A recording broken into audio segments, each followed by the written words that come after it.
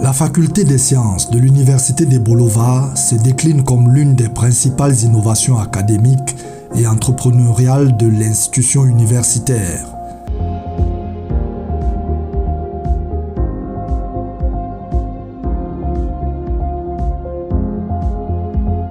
Ici, nous avons un savon liquide fabriqué à base de plusieurs écrans tels que des agents moussants, des agents émollients, des agents parfumants ainsi que plusieurs autres additifs comme le colorant.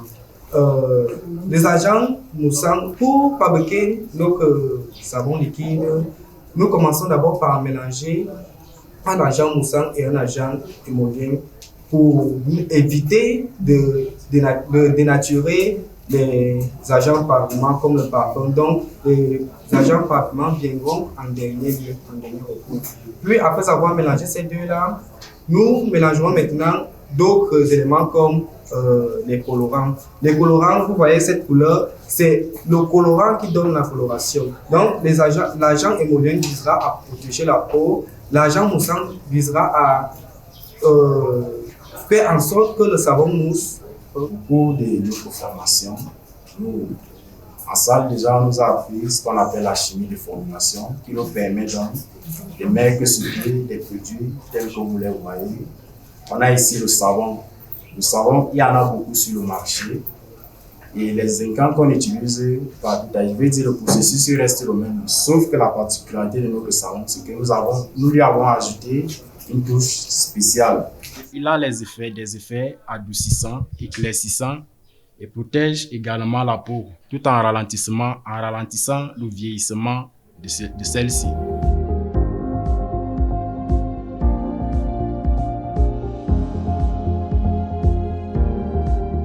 Nous avons un système de télémédecine, c'est-à-dire les traitements à distance. Et là, c'est une filière de la physique appliquée qui est TBM, c'est-à-dire technologie biomédicale.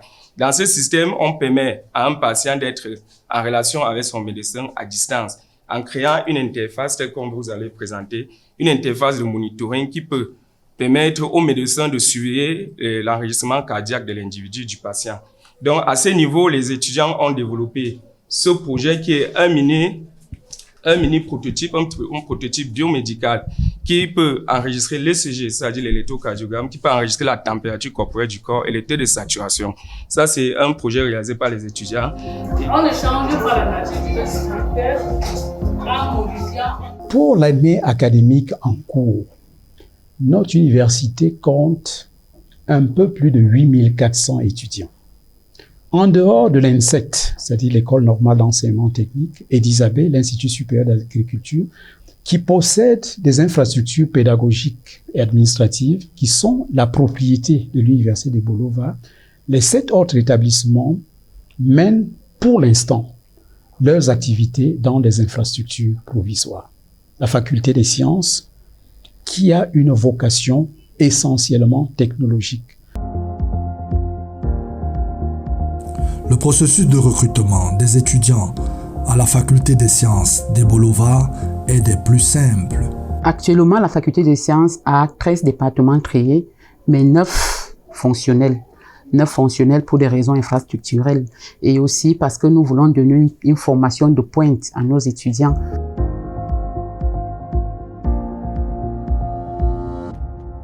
Tous ceux qui frappent à notre porte, qui ont le profil, nous les accueillons et nous les formons. Le nombre qui intègre la faculté des sciences n'est pas limité. Tout ce que nous essayons de voir, c'est est-ce que cet enfant a le profil. Et quand on parle de profil, est-ce qu'il y a le background nécessaire qui lui permettra de comprendre les notions qui seront enseignées. La formation ici a une vocation essentiellement professionnelle. Les étudiants disposent de toute la logistique nécessaire pour exprimer leurs talents. Le personnel enseignant est des plus disponibles. Le département de géosciences et environnement de la faculté des sciences de l'université de Bolova a pour vocation à former les apprenants, aussi bien sur les plans théoriques, expérimental et appliqués. Et pour cela, on a choisi 3 grandes spécialités. La spécialité géotechnique, cette spécialité-là qui a pour but d'apprendre aux étudiants travaillé dans les volets de la construction routière et des BTP. On a le volet géologie minière qui a pour but l'exploration et l'exploitation des ressources minérales dont on dispose au Cameroun. Département de physique appliquée, c'est 4 grandes filières, à savoir physique appliquée, technologie biomédicale, maintenance pluriotechnologique et machinisme agricole. Au département de physique appliquée, nous essayons de créer un pont entre la théorie et la pratique. Et sur ce, nous allons, comme dit, relever le challenge non seulement de la théorie et de la pratique, et aussi de l'entrepreneuriat.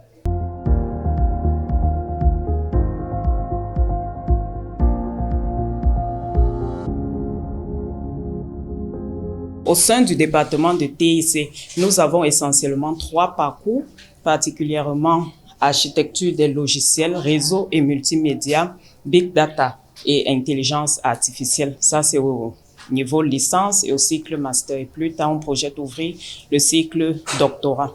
Donc, ce qui est déjà implémenté au niveau licence, c'est architecture des logiciels.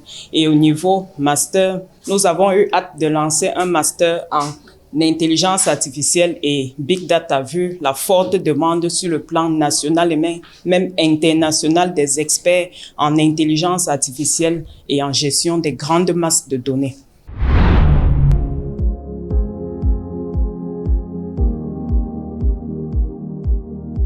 C'est un département essentiellement à vocation professionnelle. Donc là, nous formons des gens prêts à être utilisés, et que ce soit dans 2 domaines principalement. Soit on va à la recherche, c'est-à-dire que les médicaments en sciences biomédicales, on peut faire de la pharmacie, on peut faire de la recherche des équipements comme en radiologie, on peut aller dans ce domaine, c'est-à-dire qu'il faut au moins un niveau bac ou DCE Advanced Level.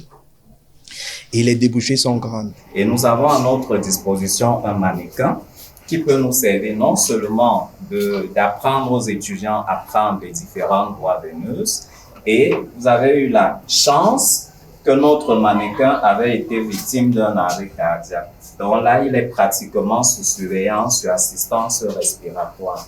C'est un mannequin polyvalent. On peut mettre en évidence toutes les fonctions anatomiques, toutes les fonctions physiologiques. Nous avons aussi ce dispositif que la faculté a aussi pris sur elle de mettre à la disposition des étudiants, parce que c'est un appareillage de dernière génération. Nous avons là un nébulisateur qui a la particularité d'être mobile, portatif, avec une autonomie de 24 heures incorporée. Donc même sans énergie électrique, il peut fonctionner.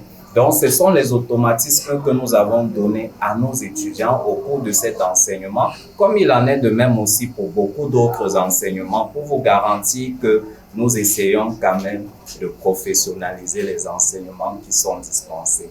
L'ambition première de ce département est de former les étudiants du niveau Bac+3 licence classique en chimie appliquée, qui pourront être opérationnels à la suite de leur formation dans les entreprises du secteur privé et public, et également pour la poursuite des études longues au niveau master, recherche professionnelle, aboutissant au niveau doctorat PhD. Alors, comme nous sommes au département de chimie appliquée, dans une faculté de sciences et technologies, donc le volet application est mis en exergue. Et du coup, on fabrique des produits tels que le gel hydroalcoolique, le savon liquide, le savon antiseptique, le baume anti-inflammatoire et beaucoup d'autres produits qui ont déjà été écoulés.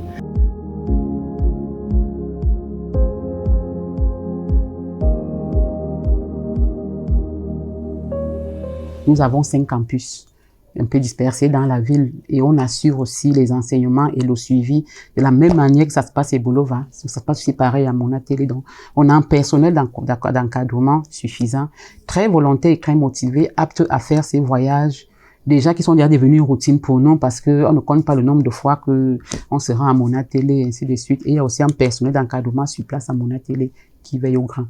Les enseignements sont organisés en cours magistraux. travaux dirigés, travaux pratiques, travaux personnels de l'étudiant, stages en entreprise, visites en entreprise, projets professionnels, séminaires, workshops et visites de terrain.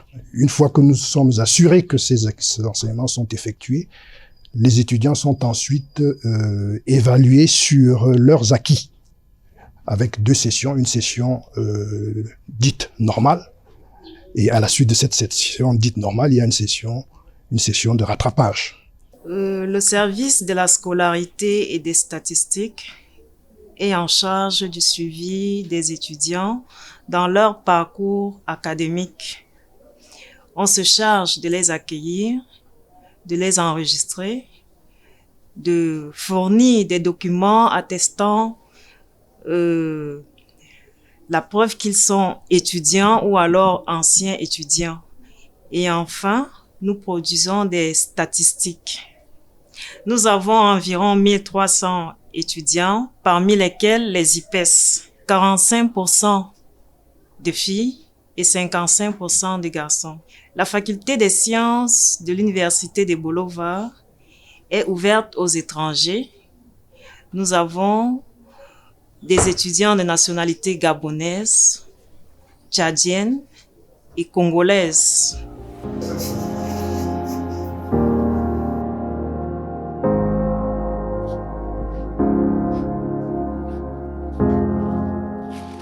Notre offre de formation très attrayante fait en sorte que nous soyons sollicités. Donc nous avons déjà pu conclure de manière concrète 2 accords avec 2 structures françaises qui veulent délocaliser une partie de leurs activités recherche-développement à la faculté des sciences et faire de cette faculté la pépinière de leurs entreprises. La coopération est déjà active.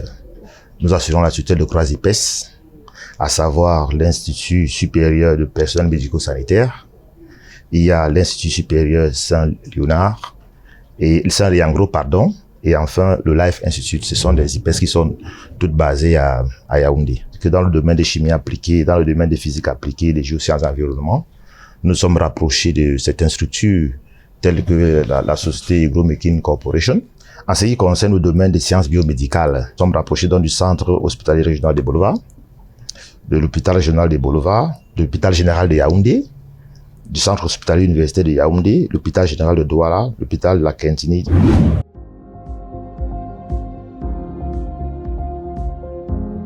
La faculté des sciences de l'université de Bolova se positionne donc comme un véritable instrument pédagogique et professionnel au service du développement de la sous-région. L'État du Cameroun devrait en faire un pôle d'excellence.